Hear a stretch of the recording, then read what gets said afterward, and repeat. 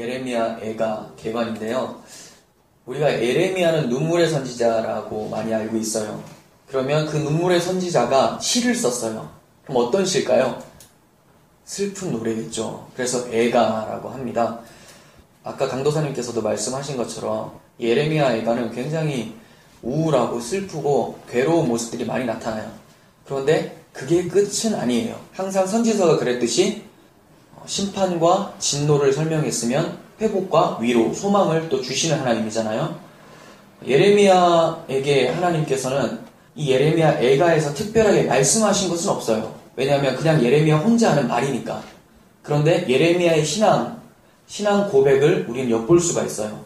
그러니까 환난 중에서도 이 환난의 참 의미에 대해서, 이 고난의 참 의미에 대해서 알고 그 의미를 아니까 이제 소망이 생겨나는 거예요. 그러면 예레미야가 괴로워했었고 슬퍼했었던 것이 무엇인가?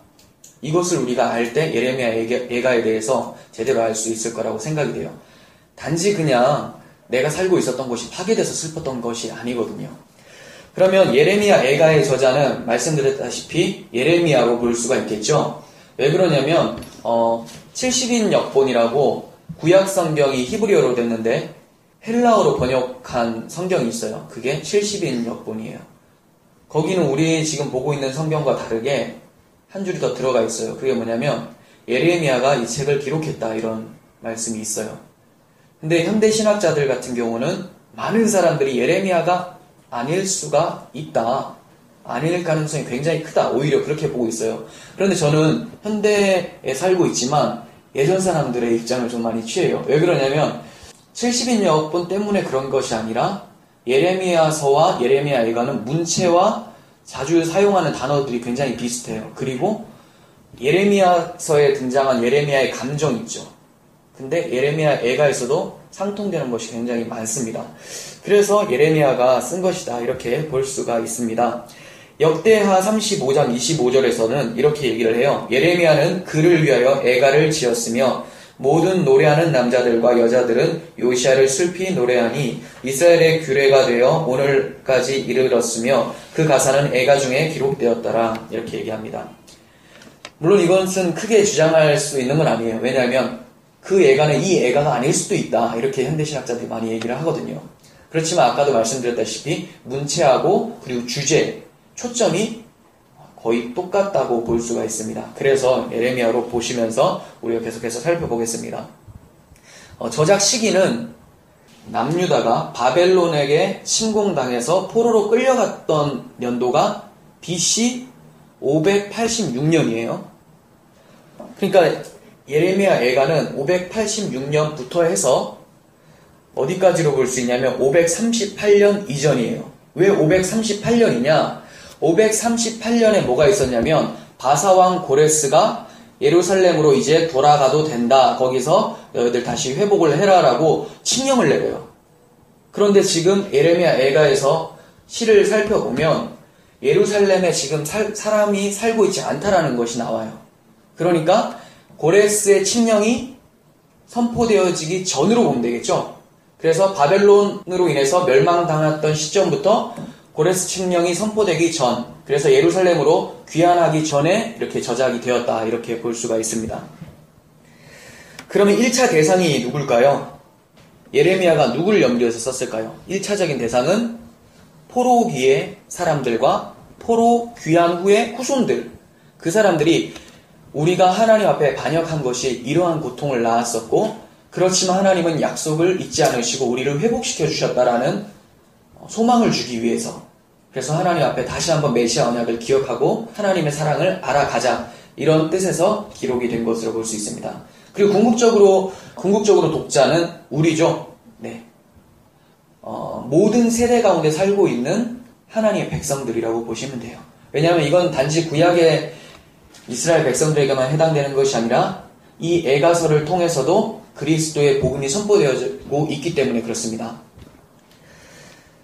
이 애가는 좀 특별한 게 유대인들이 전통적으로 아브월이라고 하는데 우리나라로는 이게 7, 8월 정도로 해당이 돼요. 7, 8월쯤 아브월 9일에 이들이 이 책을 낭독을 합니다. 큰 소리로 읽어요. 그리고 매주 많은 유대인들이, 여러분 통곡의 벽 아세요? 예루살렘에? 그 통곡의 벽에서 이 책을 많이 읽습니다. 왜 그렇게 써요? 성전이 불타버렸었던 것을 기억하면서 하나님, 우리의 그 가슴 찢어진 이 고통을 돌아보지 아니하십니까? 라고 하는 탄식이겠죠. 네. 근데 이 책은 읽어보면 그런 뜻은 아니거든요. 네, 그런 식으로 일단 그분들은 해석을 합니다. 유대인들. 그리고 로마 가톨릭은 전통적으로 고난주간의 마지막 3일 동안 이 책을 읽어요. 네, 카톨릭의 전통이에요. 우리 개신교는 이 책을 잘 안 읽죠. 짧음에도 불구하고 별로 유명하지 않다고 생각해서. 그렇지만 이 짧은 책에서 찬송이 많이 나왔어요. 방금 우리가 불렀던 아침마다 새롭고 늘 새로우니 주의 성실이 크십니다 라고 하는 그런 찬양도 있고, 나의 영혼이 잠잠히 여호와를 바라며 이런 찬양도 있고, 물론 시편이나 이런 데서도 자주 등장을 하지만 이 책도 굉장히 중요한 성경입니다. 그리고 구조를 좀 살펴보면 5장까지 되어 있는데 1장에는 예루살렘의 슬픔에 대해서 얘기를 하고 있어요. 폐허가 되어버린 예루살렘. 그리고 2장에는 하나님 백성을 향한 하나님의 맹렬한 진노에 대해서 얘기를 하고 있고, 그 이유가 무엇이냐? 거짓 선지자들 때문이었다. 그들이 잘못된 말씀을 전하니까 이스라엘 백성도 똑같이 잘못된 길로 가고 우상 숭배를 하여 하나님 앞에 떠났었다. 이런 이유예요. 그래서 하나님의 진노가 임하게 되었다라는 거고, 3장에서는 그렇지만 하나님께서는 우리를 기억하셔서 위로와 소망을 허락하신다. 이 내용. 그리고 4장에서 예전에는 이랬는데 지금은 이렇게 멸망되어 있구나 하면서 과거와 현재를 비교하고 있어요. 그것도 거짓 선지자와 하나 더 붙어요. 제사장들이 타락했었기 때문이다. 이렇게 얘기를 하고 있습니다. 그리고 마지막 5장에서는 하나님의 용서를 구하면서 하나님께서 우리를 회복시켜 주시기를 간절히 바라는 예레미야의 기도로 마칩니다. 이게 전반적인 내용이에요. 그리고 여러분께서 애가를 많이 읽다 보시면 자주 발견되어지는 단어들이 있어요. 왜 자주 발견되겠습니까? 중요하니까. 어떤 단어냐면 슬프다라는 단어예요. 1장, 2장, 4장에 나오는 걸로 좀 알고 있는데 4회에 등장합니다. 근데 찾아보면 슬프다라고 여러분들이 쳐보면 3번밖에 안 나오거든요. 근데 4회예요. 왜냐면 원어로는 4회. 그게 어떻게, 다른 데는 어떻게 쓰였냐면 4장 2절에서 이럴 수가, 어찌 그리할 수가, 뭐 이런 단어로서, 에크라는 단어로서, 이게 슬프다는 뜻이 아니라 이럴 수가 하면서 통탄하는 감탄사예요. 이 단어가 많이 쓰이고, 그리고 위로할 자가 없다라고 하는 단어가 6번이나 쓰입니다. 그리고 옛날에, 옛적에 이런 단어가 3회 정도 쓰여요. 그러니까 요 자주 쓰여지는 단어만 봐도 굉장히 통탄하고 슬프고, 그리고 그러함에도 불구하고 자기를 위로할 자는 없는, 소망이 끊어진 상태. 그리고 옛날로 돌아가야 되는데 하면서 옛적을 그리워하는 상태. 이것이 많이 나타나요. 그게 전반적인 애가의 분위기라는 거예요. 우리가 애가를 볼 때 이 예루살렘 성전이 불타고 예루살렘이 파괴되어 버린 그 상황을 바라보면서 예레미야가 펑펑 울었을 텐데, 그 예레미야의 눈물만을 기억하는 것이 아니라 하나님의 눈물, 주님의 눈물을 우리가 볼 수 있어야 된다는 겁니다. 왜 울었겠어요? 예레미야가 왜 울었겠어요? 민족주의적인 마음에서 울었을까요? 우리 민족이 하나님을 거역해서 이렇게 바벨론 포로로 갔구나. 저 불쌍한 사람들. 이것 때문에 울었을까요? 그렇게 바라보면 이제 우리는 민족주의자처럼 돼서 이 성경을 우리 민족, 그리고 타 나라하고는 상관없고 우리 나라를 위한 하나님의 은혜, 뭐 이렇게만 보게 되겠죠. 그런데 예레미야가 울었던 건 그런 것 때문에 운 것이 아니에요. 예루살렘 성전이 불탔다. 그리고 예루살렘이 파괴되었다. 이 얘기는 지금 이것이 바로 예루살렘에서 예배하고 하나님을 섬긴다고 했었던 사람들의 모습이 바로 이런 모습이야를 하나님이 시각적으로 보여주신 거예요. 그들은 하나님을 굉장히 잘 섬긴다라고 생각을 하고 있었어요. 이 정도면 하나님께서 받으실 만하다. 하나님, 우리가 하나님을 위해서 무엇을 할까요? 내가 뭘 둬야지 하나님 기뻐하실까요? 늘 신경 쓰면서 그렇게 살았는데, 하나님께서는 그러한 자들 가운데 무엇을 허락하셨냐면 예루살렘이 파괴되고 성전을 불태워버리는 사건을 보여주셨다라는 거예요. 더 살펴보면 1장하고 2장에 이런 내용이 나옵니다. 예레미야가 하나님 성전에, 그 거룩하신 하나님 성전에 이방인들이 차지해서 거기서 술 마시고 놀고 난리가 났습니다. 이거 어떡합니까 하면서 탄식을 해요. 하나님께서 총회에 들어오지 못한다라고 하는 이방인들이 다 들어와 앉아 있습니다. 이 얘기를 합니다. 그 말은 하나님께서는 너희들이 그렇게 예배 잘하고 하나님 앞에 예배하고 섬긴다라고 했었던 그 모습이 바로 요 모습이야. 그대로 체인지해 주는 거예요. 그러니까 예레미야가 탄식했었던 건 뭐냐면, 우리가 하나님을 그렇게 잘 섬긴다고 했었는데 우리의 실상이 바로 이것이었구나. 그래서 하나님이 우리를 떠나버리셨구나. 여기에 대한 아픔. 진짜 하나님을 섬기고 싶은데 이제 하나님께서 우리 예배를 받지 않는다고 하고 우리의 실체를 낱낱이 폭로시켜버림으로 우리가 통탄한 상태에 이르게 되었다라는 것을 예레미야의 슬픔을 통해서 볼 수 있다는 거예요. 이것은 예레미야뿐만의 문제가 아니에요. 이 지금 슬픔의 인식은 누가 가질 수 있어야 되냐면 우리 모든 성도들이 다 가지고 있어야 된다는 거예요. 무슨 말입니까? 지금 오늘날에도 하나님을 섬긴다고 하고 예배당에 나와서 예배하고 봉사하고 헌신한 사람들 많이 있습니다. 맨날 얘기하죠. 하나님, 내가 뭘 더하면 하나님께서 나에게 복을 더 주시겠습니까? 내가 뭘 더하면 하나님께서 기뻐하시겠습니까? 근데 하나님께서 보여주시는 거죠. 그거 네가 지금 이렇게 하는 거? 자, 애가를 한번 봐라. 여기서 이방인들 와서 술 마시고 지금 놀고 노래 부르고 난리 났지. 성전에서. 요게 바로 너의 모습이야. 그것을 인식할 때 성도는 주여하게 되고 회개하게 되고 다시 한번 내 신앙을 점검하게 된다는 거예요. 하나님께서는 예레미야서를 통해서 이러한 성도의 자인식을 보여주시고 계신다는 겁니다. 이것이 바로 주님께서 성전을 바라보시면서 우셨던 이유였어요. 주님이 성전을 바라보시면서 왜 우셨을까요?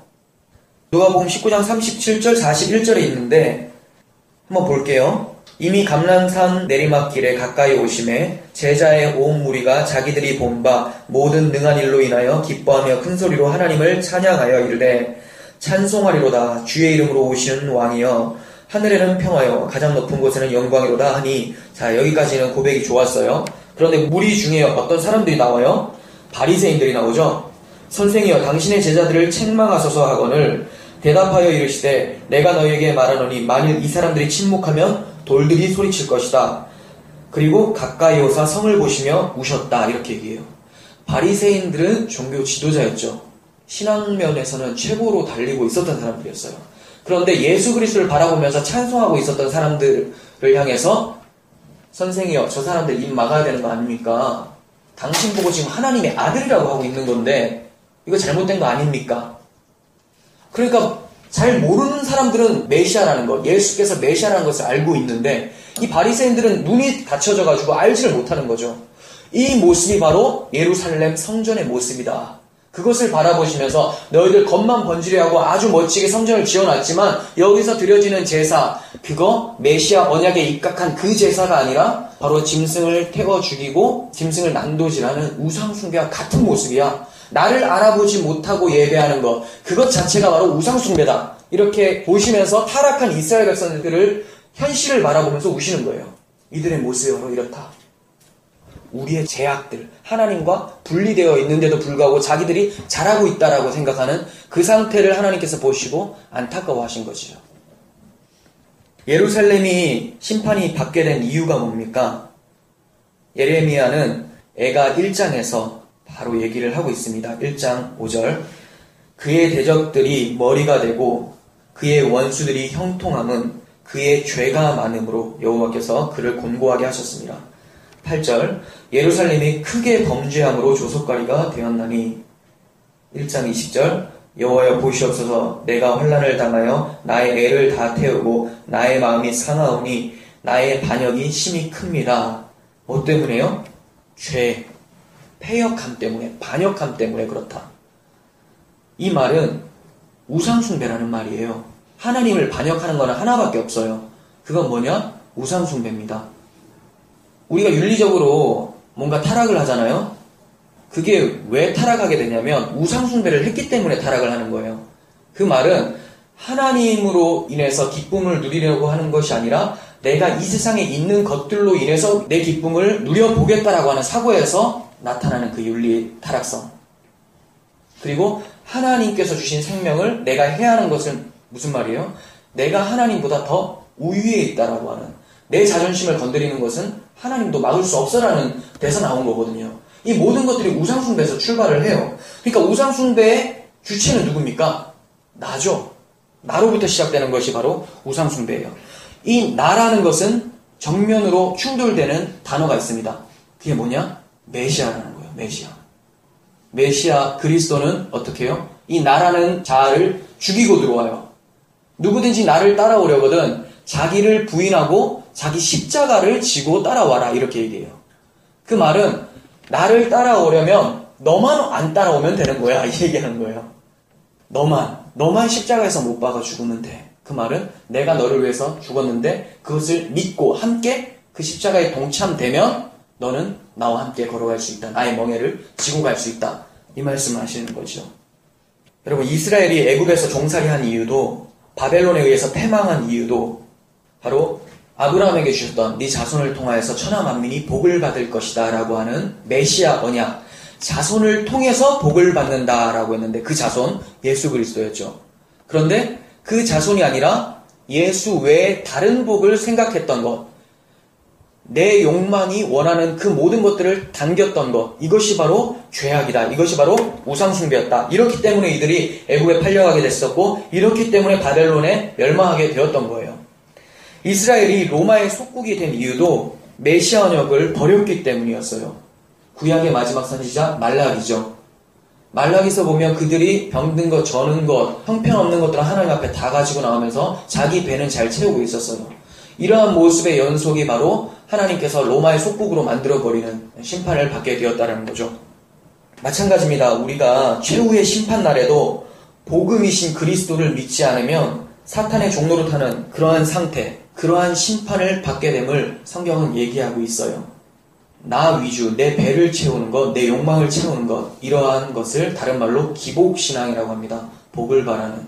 즉 하늘의 예수를 땅의 예수로, 땅의 차원의 예수로 바꾸어버린 이 상태, 그렇게 해서 땅의 예수를 섬기는, 말이 땅의 예수지 바꾸어 말하면 자기 배를 섬기는 것이라고 구약성경에 나와요. 자기 배를 섬기는 것은 바로 기복신앙이며 그것이 바로 우상숭배고 그게 바로 죄악, 패역함이다, 이렇게 얘기를 하고 있습니다. 에가서에서는 메시아 언약을 버림으로써 심판받는 것에 대해서 설명을 하고 있는데 그 중에서도 성전이 불타버리는 사건을 통해서 자세하게 설명을 하고 있습니다. 1장 10절을 보겠습니다. 주께서 이미 이방인들을 막아 주의 성회에 들어가지 못하도록 명령하신 그 성소에 그들이 들어간 것을 예루살렘이 보았나이다. 아까 살짝 말씀드렸었죠. 이방인들이 성소에 들어와서 난리를 치고 있는 거죠. 2장 7절 여호와께서 또 자기 제단을 버리시며 자기 성소를 미워하시며 궁전의 성벽들을 원수의 손에 넘기셨으며 그들이 여호와의 전에서 떠들기를 절기의 날과 같이 하였도다. 2장 20절 제사장들과 선지자들이 어찌 주의 성소에서 죽임을 당하오리이까. 제사장과 선지자들이 주님의 성소에서 죽임을 당한대요. 다른 데서는 이해를 하겠는데 어떻게 거룩하신 하나님 성전에서 바벨론이 들어와서 다 죽여버립니까? 이건 성전을 무참히 짓밟는 현상 아닙니까? 지금 성전이 이렇게 표현이 되고 있어요. 4장 1절에서 슬프다. 어찌 그리 금이 빛을 잃고 순금이 변질하였으며 성소의 돌들이 거리에 어기마다 쏟아졌는고. 이렇게 표현을 하고 있습니다. 왜 이렇게 성전 파괴를 허락하셨을까요? 메시아 언약을 버렸기 때문이죠. 여러분, 성전이 무슨 내용을 담고 있었어요? 죄인이 하나님 앞에 나아가는 모습을 설명하기 위해서 하나님께서 도구적 장치로 보여주신 거잖아요. 어디에서 주셨어요? 시내산에서 율법 주시고 율법으로 죄가 폭로되는데 절대로 이 율법으로는 하나님 앞에 나아올 수 없다. 그런데 너희들이 나아갈 수 있는 유일한 근거를 내가 보여줄게 하면서 성막 양식을 주셨죠. 그래서 성막 설교대를 통해서 이렇게 만들어봐라. 그리고 제사를 통해서 내가 지성소로 들어가게 된다. 너의 죄가 사하여진다. 이 얘기를 하셨어요. 그러니까 성막도 그렇고 성막, 하나님께서 자기 백성들 가운데 장막을 치다 이거죠. 장막을 쳤다. 이게 헬라어로 스케노라고 하는데 말씀이 육신이 되어 우리 가운데 거하시며라고 할 때 그 거하다라는 단어예요. 장막을 치다. 누구? 예수 그리스도. 그리고 거기에 있었던 제단, 제단 위에 흠없는 어린 양, 예수 그리스도를 상징하고, 그리고 성전 안에 있었던 기물들, 다 그리스도의 사역을 얘기하고 있었던 것이었어요. 그런데 이 메시아 언약을 버린 상태에서 성전이 존재할 이유가 없겠죠. 그러니까 하나님께서는 성전 파괴를 통해서 너희들이 열심히 제사하고 하나님을 섬긴다라고 하는데 그게 메시아 없이 섬기는 이 모습이 바로 불타버리는 너희들의 모습인 거다. 바울이 고린도전서 3장에서도 너희 공적을 불에 시험해서 다 타버리면 남는 것이 하나도 없고 남는 것만 하나님께서 인정하시겠다라고 하죠. 마찬가지예요. 우리가 반석이라는 그리스도라는 그 터 위에 세우지 않으면 비가 오고 창수가 되면 다 쓸려가요. 모래 위에 지은 집밖에 안 되는데 반드시 반석이신 그리스도 위에 세워야 된다.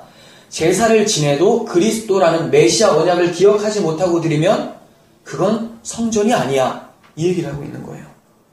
이것은 우상숭배와 다를 바가 없습니다. 살아있는 짐승들을 찢어 죽이고 태워 죽이는 거, 이거 이방인들이 하는 제사법이었어요.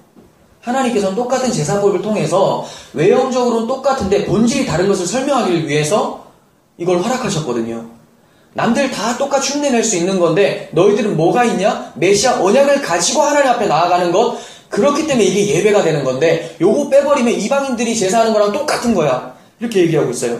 이사야 66장 3절, 소를 잡아 드리는 것은 살인함과 다름이 없이 하고 어린 양으로 제사를 드리는 것은 개의 목을 꺾음과 다름없이 하며 드리는 예물은 돼지의 피와 다름없이 하고 분향하는 것은 우상을 찬송함과 다름없이 행하는 그들은 자기의 길을 택하며 그들의 마음은 가증한 것을 기뻐한즉, 이렇게 얘기합니다. 이게 바로 우상숭배라는 겁니다. 그래서 하나님께서는 예레미야 선지자를 통해서 성전 문 앞에서 성전을 향하여 예배하러 들어가는 자들을 향해서 이렇게 외치라고 했어요. 이곳이 여호와의 전이다. 이곳이 여호와의 전이다. 여호와의 전이다 라고 하는 그의 말을 믿지 마라. 이렇게 얘기해요. 여호와의 전 맞잖아요. 성전 맞잖아요. 근데 하나님은 그거 아니래요. 왜 그렇습니까? 성전 자체가 그리스도를 향하고 있었는데 그 그리스도는 온데간데 없이 예배한다고 하니까 아니라는 거죠. 똑같아요. 우리가 우리 교회에 너무 사랑이 많아요. 우리 교회 정말 풍성해요. 하지만 그리스도가 없는 교회가 아니라는 거예요. 내가 아무리 윤리적으로 탁월하고 사람들에게 선행을 베풀어도 내 안에 그리스도를 믿는 마음이 없다면 교회가 아니라는 거예요. 성도가 아니라는 거예요. 누구나 다 할 수 있는 거잖아요. 또 마찬가지로 교회 강단에서는 교회 강단이 되려면 불교 강단하고 달라야 되는 이유가 하나밖에 없잖아요. 예수 그리스도라는 그 이름, 그 메시아를 선포해야지만 교회 강단이 되는데 그것이 빠져버리면 이거 여호와의 전이라고 하지 마라. 그거 아니다. 거짓 선지자들이 말하는 거 그거 믿지 마라. 이 얘기하고 있습니다. 그러니까 여러분들도 우리 교회 강단에서 그리스도가 사라지지 않을 수 있도록 날마다 기도하셔야 되고, 더 중요한 것은 여러분들 마음 가운데 메시아 언약이 사라지지 않을 수 있도록 하나님의 긍휼을 날마다 간절히 구해야 된다는 겁니다. 이렇게 애가를 통해서 이스라엘 백성이 심판을 받아 포로로 끌려왔음을 성경은 말하고 있습니다. 그런데 심판으로 그치는 것이 아니라 위로와 소망, 회복을 얘기하고 계시다라는 것을 볼 수가 있어요. 오늘 본문인 3장 21절부터 좀 보겠습니다. 21절, 이것을 내가 내 마음에 담아두었더니 그것이 오히려 나의 소망이 되었사옴은 여호와의 인자와 긍휼이 무궁하심으로 우리가 진멸되지 아니함이니이다. 이것들이 아침마다 새로우니 주의 성실이 크십니다. 내 심령에 이르기를 여호와는 나의 기업이시니 그러므로 내가 그를 바라리다. 기다리는 자들에게나 구하는 영혼들에게 여호와는 선하시도다. 사람이 여호와의 구원을 바라고 잠잠히 기다림이 좋도다. 아멘. 하나님께서 인자와 긍휼로 선을 베푸실 것을 예레미야는 깨닫고 있는 거예요. 무슨 특별한 징조도 안 보여주셨어요. 어떤 상태에서 예루살렘 성전 불타고 있는 그것을 바라보면서 주의 성실이 크십니다. 이렇게 고백을 하고 있는 거죠. 그러니까 믿음이 없는 사람들 입장에서 예레미야를 보면 어떤 사람 같아요? 미친 사람 같죠. 노아가 그랬어요. 마른 하늘에 방주 짓는 거. 왜요? 환경과 상관없이 하나님의 약속을 믿고 있으니까. 성도는 믿지 않는 사람들이 봤을 때는 미친 사람처럼 보여야 되겠죠. 근데 우리는 너무나 지극히 정상적으로 보여진다는 거예요. 제가 말씀드린 미친 사람은 그리스도를 믿는 그 부분에 대해서만 얘기를 하는 건데 평상시 다른 거에서 또 미친 사람처럼 행동하면 안 되겠죠. 그런 부분에서 정말 탁월해야 되겠지만 신앙적으로 엉뚱한 소리를 하는 거예요. 다른 나라 말을 하는 거죠. 언어가 다르다는 말은 말의 내용이 다르다는 말이에요. 똑같은 한국 사람인데 얘기하다 보니까 달라요. 뭐가 달라요? 세계관이 달라요. 그게 그리스도가 들어있는 자가 해석하는 세계관, 그리고 없는 자가 해석하는 세계관. 당연히 다르죠. 눈이 내 안에 그리스도께서 세계관을 펼쳐 보이시니까 그리스도적인 해석이 나오는 거고, 없는 자들은 내 눈으로 바라보는 거고. 우리 눈의 역할은 하나밖에 없어요. 하나님께서 이 땅을 창조하신 그 아름다움을 통하여서 그리스도의 아름다움을 바라보게 하는 것. 그 아름다움을 바라본 순간 그리스도께서 이제 세상을 바라보게 하시는 거죠. 근데 그 눈을 가지고 이제 내가 보기에 좋았더라, 싫었더라 하면서 평가 다 하고 있는 거예요. 그러니까 그런 입장에서 그리스도인을 보면 미친 사람들 같은 거죠. 예레미야는 이런 비참한 상황 가운데서도 하나님의 긍휼과 사랑을 바라볼 수 있었어요. 하나님이 심판이 목적이 아니라 다시 세우심이 목적이라는 것을 굳게 믿고 있었던 거예요. 이것을 예레미야서 29장 11절에도 예레미야가 고백을 합니다. 여호와의 말씀이니라 너희를 향한 나의 생각을 내가 아나니 평안이요 재앙이 아니니라 너희에게 미래와 희망을 주는 것이라. 우리는 단지 그러한 하나님을 믿고 예레미야와 같이 잠잠히 기다리면 되는 거예요. 이게 바로 신앙생활이에요. 신앙생활 어떻게 해요? 많이 물어요. 어떻게 해요라고 하지 마세요. 그거 뭔가 지금 내가 뭔가 해야 되겠다는 생각을 하잖아요. 근데 성경에서 뭐라고 해요? 잠잠히 기다려라, 믿고 기다려라. 또 비슷한 사건이 있었어요. 출애굽하고 홍해 앞에서 벌벌벌 떨면서 이제 어떻게 해야 되냐, 돌아가야 되냐, 싸워야 되냐, 포기해야 되냐 이러고 있을 때 뭐 해야 되냐라고 하고 있을 때 모세가 얘기합니다. 그냥 잠잠히 하나님의 행하심을 봐라. 신앙생활은 잠잠히 하나님을 바라보는 거예요. 그 가운데서 하나님이 일하시는 거죠. 그렇다고 집에서 그냥 누워가지고 하나님 이렇게 생각하고 있다는 게 아니죠. 그렇게 생각할 때 내 안에 그리스도께서 움직이는 거예요. 그러니까 나는 내가 움직이고 있다, 내가 행함을 하고 있다는 것을 인식을 못하게 된다는 거예요. 인식을 하게 되면 뭐가 쌓이느냐? 내 공로라고 하면서 상급을 다시 요구하게 되고 나는 저 사람과 달라라고 하는 선한 판단이 생겨버리게 되는 거죠. 그러니까 그리스도인의 자기 행위는 나도 모르는 사이에 일어난 일이 바로 그리스도인의 행위고 그것을 예수 그리스도의 행위 이렇게 고백을 하게 되는 거죠. 계속해서 3장 27절 그 이유를 보겠습니다. 사람은 젊었을 때 멍에를 매는 것이 좋으니 혼자 앉아서 잠잠할 것은 주께서 그것을 그에게 메우셨음이라. 네, 멍에를 메우셨다. 젊었을 때 멍에 메우는 것이 좋다. 우리나라 속담에는 젊어서 고생은 서서도 한다. 아무 상관없는 거죠. 네, 이건 아무 상관없는 거예요. 이거 젊었을 때 고생하면 나중에 괜찮아진다 이 얘기가 아니에요. 여기서 젊었을 때라는 것은 나이가 젊었을 때가 아니라 너희들이 살아있을 때 하나님께서 기회 주신 이 시간 가운데, 그러니까 우리 각 사람에게는 어떤 때예요? 너의 목숨이 붙어있을 때, 은혜의 때, 구원의 날이로다. 은혜 받을 만할 때요, 보라 지금은 구원의 날이로다 하는 그때. 그러니까 모든 각 사람에게 다 젊은 날이 있는 거예요. 그래서 너희가 젊었을 때 너희 창조주를 기억하라 라고 하면서 전도서는 얘기하잖아요. 그런 것처럼 우리에게 하나님이 기회의 시간을 주셨을 때 우리는 멍에를 매는 것이 좋다. 그 멍에가 무엇인가? 그 멍에가 무엇인가? 왜 하나님께서 멍에를 메우시게 하시는가? 하나님께서는 이러한 멍에라는 고난을 통해서 하나님의 사랑과 긍휼을 알리기 위해서 지으시는 겁니다. 이러한 멍에, 곧 고난을 통과하여 그 사랑을 깨달은 자를 하나님의 백성이다. 이렇게 성경은 얘기해요. 하나님은 예루살렘에 남아있는 자들을 의롭다고 하신 것이 아니라 포로로 끌려가서 멍에를 메고 있는 자들을 의롭다라고 말씀을 하십니다.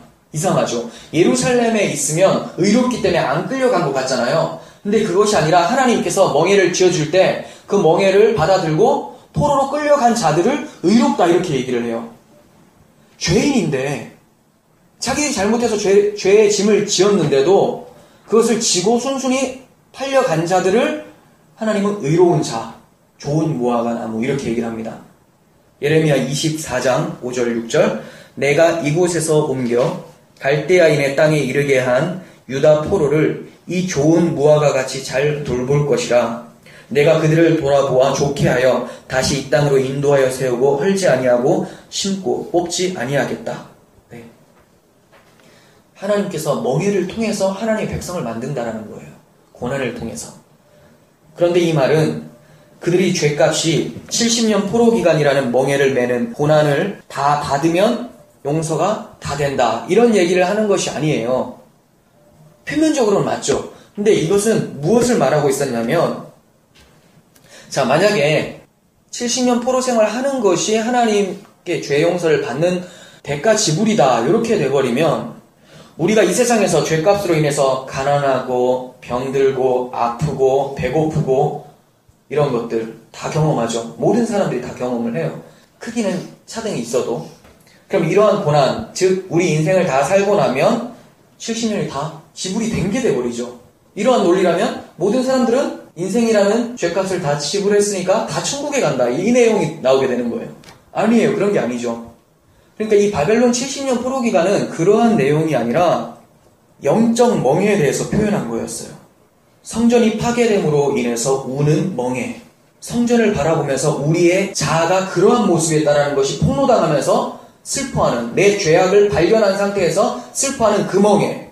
예루살렘이 멸망당한 것에 대한 슬픔, 바로 하나님 품에서 끊어진 것에 대한 슬픔을 인식하고 회개하는 그 기간이 바로 70년 포로라는 멍에의 기간인 거예요.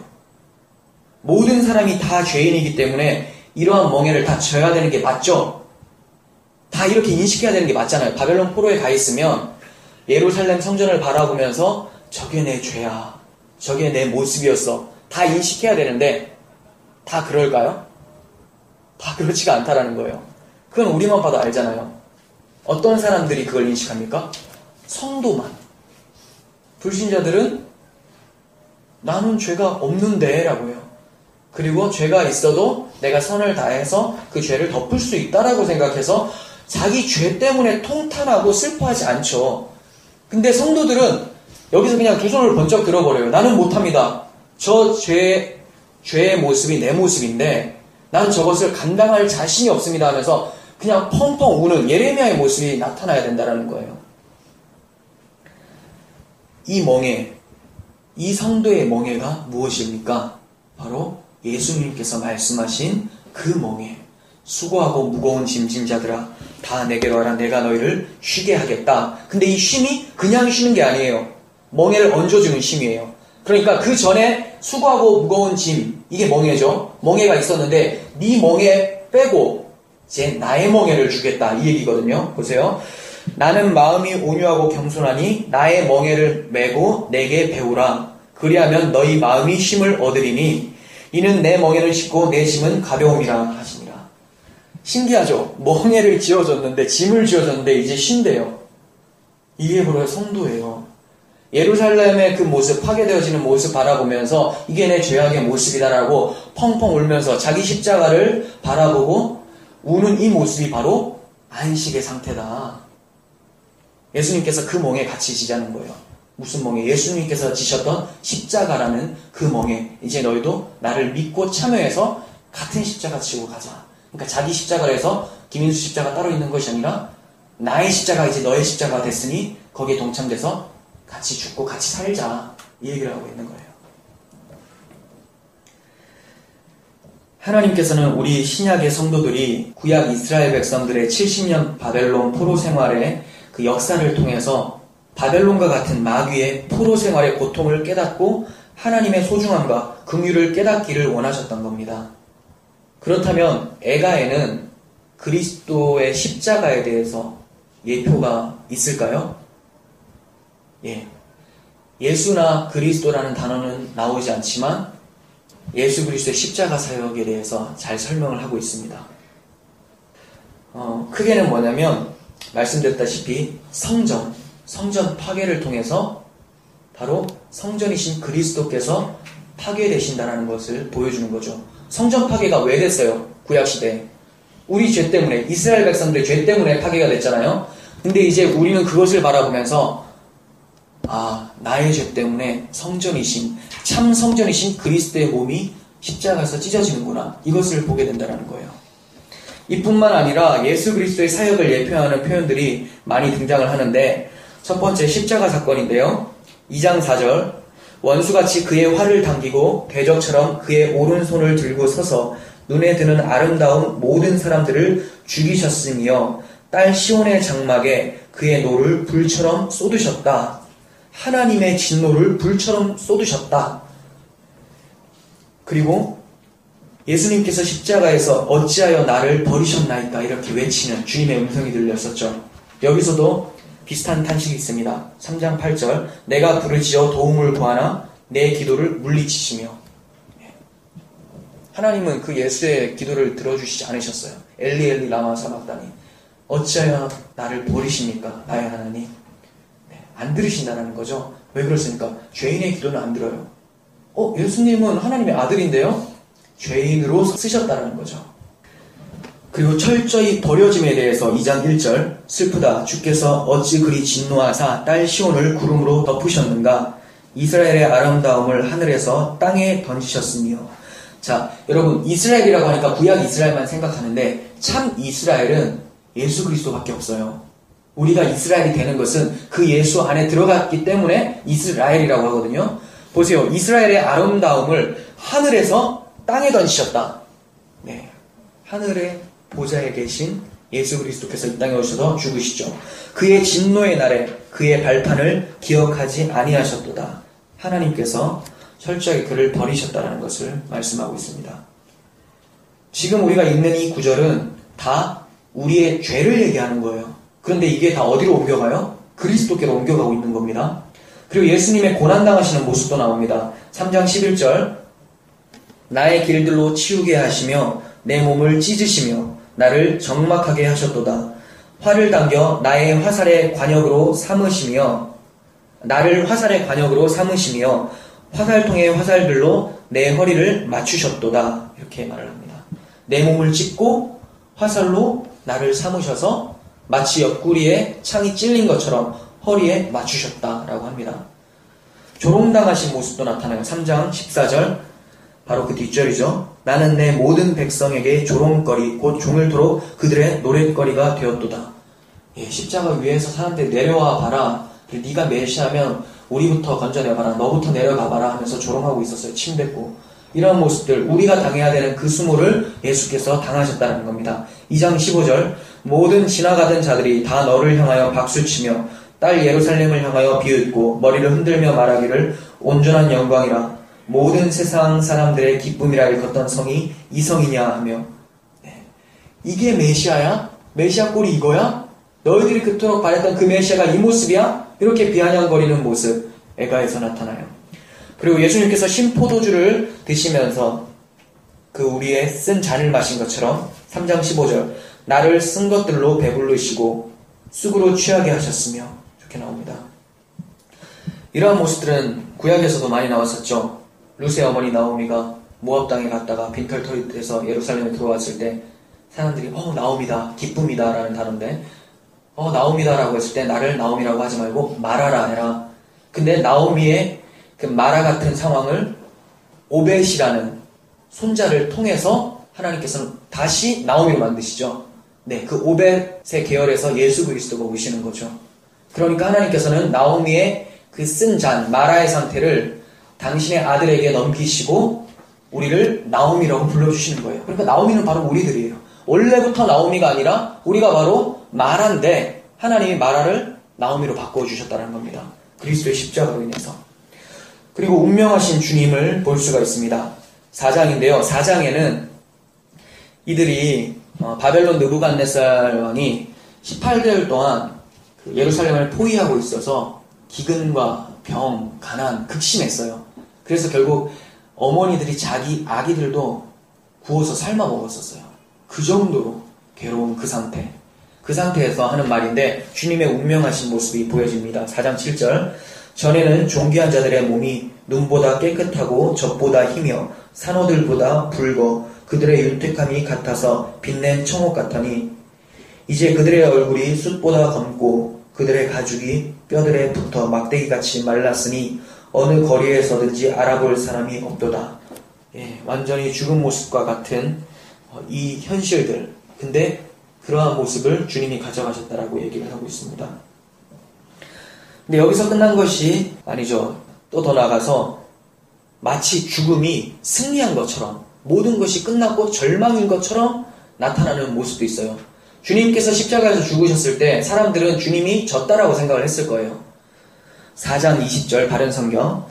우리 생명의 호흡, 여기서 콧김이라고 나오는데 우리 생명의 호흡 곧 여호와께서 기름 부으신 자가 그들의 함정에 빠졌다. 우리가 그를 가리켜 전에 말하기를 우리가 그의 그늘 아래 민족들 가운데에서 살 것이다 하였다. 그러니까 우리의 생명인 그분이 여호와께서 기름 부으신 자, 여기서는 시드기야를 말해요. 이 당시 마지막 왕, 끌려갔던 왕. 시드기야가 완전히 두 눈이 뽑혀서 끌려갔죠. 바벨론이 멸망당했어요. 이제 끝난 것 같고 죽음이 덮은 것 같았어요. 근데 하나님께서는 제가 지난 시간에도 예레미야서를 통해서 진짜 시드기야, 하나님은 나의 의라고 하는 이름의 그 시드기야는 예수 그리스도라고 말씀을 드렸었죠. 그 예수께서 이러한 수모를 당하시는 거예요. 우리의 생명, 여호와께서 기름 부으신 자가 함정에 빠졌다. 그리고 마지막으로 하나님께서 다시 대면해 주신다라고 하는 부활의 기쁜 소식도 얘기를 하고 있습니다. 3장 57절. 내가 주께 부르짖은 날 주께서 내게 가까이 와서 말씀하시기를 두려워하지 말라 하셨습니다. 완전 다 끝난 것 같은데 하나님께서 다시 얼굴을 비춰주신다는 겁니다. 성경에서 하나님의 얼굴을 비춰주실 때 빛이 비쳤다라는 표현으로 많이 나타납니다. 주께서 얼굴을 향하여 드사 우리에게 비춰주시기를 원합니다라고 하는 그 제사장 축복 기도문에도 나오고, 이렇게 하나님께서 회복을 시켜주신다는 것을 말해요.